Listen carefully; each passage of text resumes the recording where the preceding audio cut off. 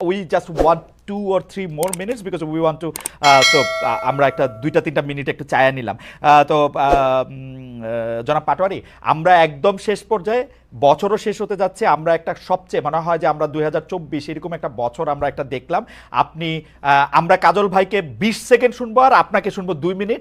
আপনি যদি এই সময়ের মধ্যে থেকে আপনারা আসলে 2025টা আপনারা কেমন দেখতে চাইতেছেন, কি হইতে পারে সেই জায়গায়, কেমনে আপনারা সবাইকে, আমাদের সবাইকে আবার এক জায়গায় নিয়ে আসবেন, একটা বিভেদ এবং মানে আনবেন কিনা, নাকি আপনারা একলাই থাকবেন কোথাও, সেইটাও আপনারা একটু কইতে মানে আপনাদের এই 2025-এর সামনে রেখে আপনাদের লক্ষ্য উদ্দেশ্য যদি একটু বলেন জনাব রাশেদুল পাটোয়ারি।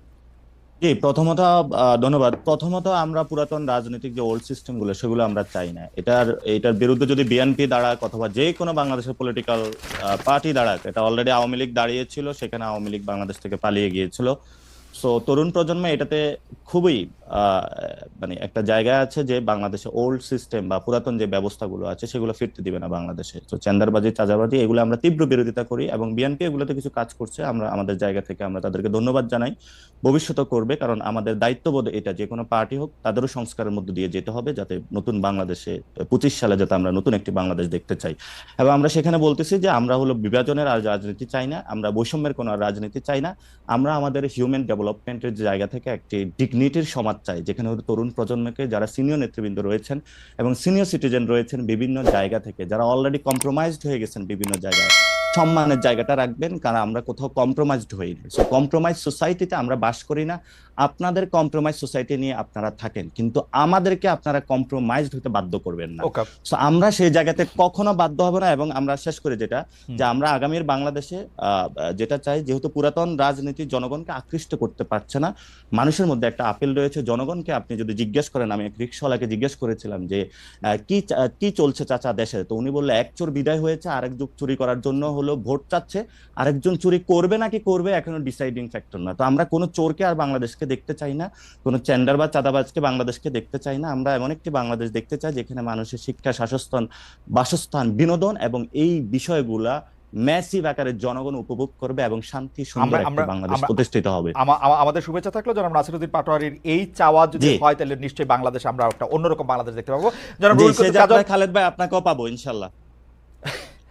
অবশ্যই। আমি সবসময় আপনাদের পাশে আছি। আমি পাশে আছি জনাব রুহুল কুদ্দুস কাজল, আপনারও। আপনি জনাব রুহুল কুদ্দুস কাজল, আপনি একটু 20-30 সেকেন্ডে একটু বলেন।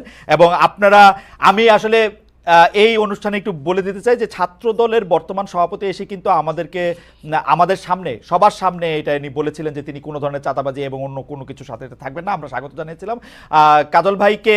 এখনো আমরা বিএনপির একদম সেই প্রধান নেতৃত্বের জায়গায় বা কোর নেতৃত্বের জায়গায় নাই, কিন্তু কাজল ভাই নীতি নির্ধারকদের একজন। কাজল ভাই, আপনার কাছ থেকে আমরা একটু শুনতে চাই যে আমরা আসলে 2025 কেমন দেখতে চান। আমাদের খুব সময় না, আপনি যদি 1 মিনিটে শেষ করেন। আমি 1 মিনিটে খালেদ, আমি আপনাকে বলি, 2024 সালে জুলাই আগস্টের যে বিপ্লব এবং বিপ্লব বাংলাদেশের জন্য বিরাট সম্ভাবনা তৈরি করেছে এবং এই স্পিরিটটাকে সামনে নিয়ে আগামী দিনে যেতে হবে। নাসিরউদ্দিন পাটোয়ারি যে কথাটি বলেছেন, আগামী দিনের জন্য এখন যেটা এই সরকারের জন্য, অন্তর্বর্তীকালীন সরকারের জন্য কতগুলো প্রায়োরিটি, সংস্কার যেগুলো, সেগুলো দ্রুততম সময় করে নিয়ে রাজনৈতিক দলগুলোর সঙ্গে ঐক্যমতের ভিত্তিতে জনগণের সরকার প্রতিষ্ঠা করাটা আগামী দিনে আমার ইমিডিয়েট প্রত্যাশা হবে। এবং এটা হচ্ছে আমার প্রথম কথা একজন নাগরিক হিসেবে। রাজনৈতিক দল হিসেবে সুস্থ রাজনৈতিক চর্চা, ঘুষ, দুর্নীতি, খুন, রাহাজানি, মিথ্যাচার, এই সমস্ত কিছুকে বাদ দিয়ে সুশাসন প্রতিষ্ঠিত হবে, এটা আমার প্রত্যাশা। আরেকটি হচ্ছে যে নতুন এবং তরুণ প্রজন্মে তাদের রাজনীতির ইচ্ছা এবং আকাঙ্ক্ষা, কিভাবে বাংলাদেশকে দেখতে চায়, নতুন বাংলাদেশে আমি প্রত্যাশা করব বাংলাদেশ জাতীয়তাবাদী দল, বিএনপি সহ বাংলাদেশের ক্রিয়াশীল প্রত্যেকটি রাজনৈতিক দল তরুণদের ভাষা বুঝে তাদের নীতি নির্ধারণ করবেন। ইতিমধ্যে এবং প্লিজ আমার একটা অনুরোধ থাকবে কাজল ভাই, বিএনপি নীতি নির্ধারকদেরকে আপনি বলবেন, আপনিও মনে রাখবেন যে অতি অকারণে শুধু নেম কলিং করার জন্যই যারা জুলাই আগস্টের এই হত্যাকাণ্ডের শিকার হয়ে যারা দাঁড়িয়েছিল রাস্তায়, তাদেরকে আন্ডারমাইন করে কথা, আমার মনে হয় খালেদ, আই এম সরি, সেরকম যদি কেউ করে থাকে, আমার ভালো লাগে কাজল ভাই, আমার ভালো লাগে নাই কাজল ভাই, আমার ভালো লাগে নাই যখন মির্জা ফখরুল ইসলাম আলমগীর এখনকার সময়কে 5 আগস্টের সাথে তুলনা করেছেন। আমি বলি, এই জন্যই বললাম, ইন আইসোলেশন কোন কারণে একটা বক্তব্যের কোন একটা interpretation might be a slight মিসইন্টারপ্রিটেশন।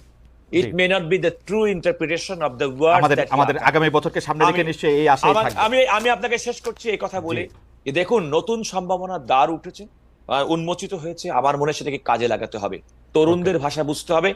এবং আমি মনে করি বিএনপির একজন ক্ষুদ্র কর্মী হিসেবে জি বিএনপি প্রণীত ইতিপূর্বে 31 দফা কর্মসূচি, যার আলোকে সংবিধান সংস্কার, বিচার বিভাগ সংস্কার, দুর্নীতি দমন কমিশন সংস্কার, প্রশাসন সংস্কার, এই যে বিএনপির পক্ষ থেকে যে সমস্ত প্রস্তাবনা বর্তমান অন্তর্বর্তীকালীন সরকারের কমিশনের কাছে হুম। প্রদান করা হয়েছে, সেগুলো যদি কাজল ভাই আপনাকে অনেক মোটা রাইট মোটাটাকে যদি আমরা গ্রহণ করি, তাহলে আগামী দিনে কাজল ভাই, আমার একটা ছোট্ট কোশ্চেন ছিল আপনার কাছে। হ্যাঁ কোশ্চেনটা করে রাখেন, উত্তর আমরা আলাদাভাবে নিব না। না না না, জাস্ট আচ্ছা। কোশ্চেনটা রেজ কোশ্চেনটা, করে দেখি। একটা জি। বক্তব্য এসেছে যে মানুষ হলে ভোট বুঝে, সংস্কার বুঝে না। তাহলে আপনারা আবার 31 দফা সংস্কার, ওকে, মানুষ হচ্ছে এই ভোট মানে বুঝে এগুলো সংস্কার কেন বুঝে না, দিচ্ছেন কেন না? আবার আবার আমি- আপনারা একটু আমি আবারও- আমাদের আর আবারও সময় নাই। বলি, ব্যারিস্টার রুহুল কুদ্দুস কাজল, আমাদেরকে এখন চলে যেতে হবে। তবে নাসিরউদ্দিন পাটোয়ারি, নাসিরউদ্দিন পাটোয়ারি নিউজের হেডলাইন দেখে সমস্ত নিউজের হেডলাইন দেখে, এই কাজল ভাই নিউজের হেডলাইন দেখে বোঝা যাবে না, খণ্ডিতভাবে কোনো কিছু বলা যাবে না, আপনার কথা আলাদা করা যাবে না, তো আমরা বলবোটা কি?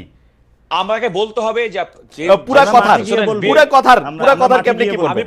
জনাব নাসিরউদ্দিন, আমি আর সময় নাই, আমাকে আমাকে খালেদ, আমি আমাকে এক মিনিট আমাকে শেষ করি। প্রডিউসার দে উইল আজকে কিল মি। না না শুনেন, নাসিরউদ্দিন পাটোয়ারির সঙ্গে এই টকশোতে আসার আগে নাসিরউদ্দিন পাটোয়ারির গতকাল প্রথম আলোয় প্রকাশিত তার পুরা বক্তব্য ইন্টারভিউ আমি পড়ে এসেছি, রাইট সো দ্যাট কি সে বলতেছে এটা অনুধাবন করার জন্য। রাইট, আমার ধারণা আপনি তো এটা পড়েছেন, আপনি এটা বলেছেন, আমরা চাইবো যে আপনি সেটি আসলে স্পিরিটটাও আপনি নেন। জনাব নাসিরউদ্দিন পাটোয়ারি, আপনাকে অনেক ধন্যবাদ, একটি প্রাণবন্ত আলোচনায় আপনি আমাদের সঙ্গে অংশ নিয়েছেন। জনাব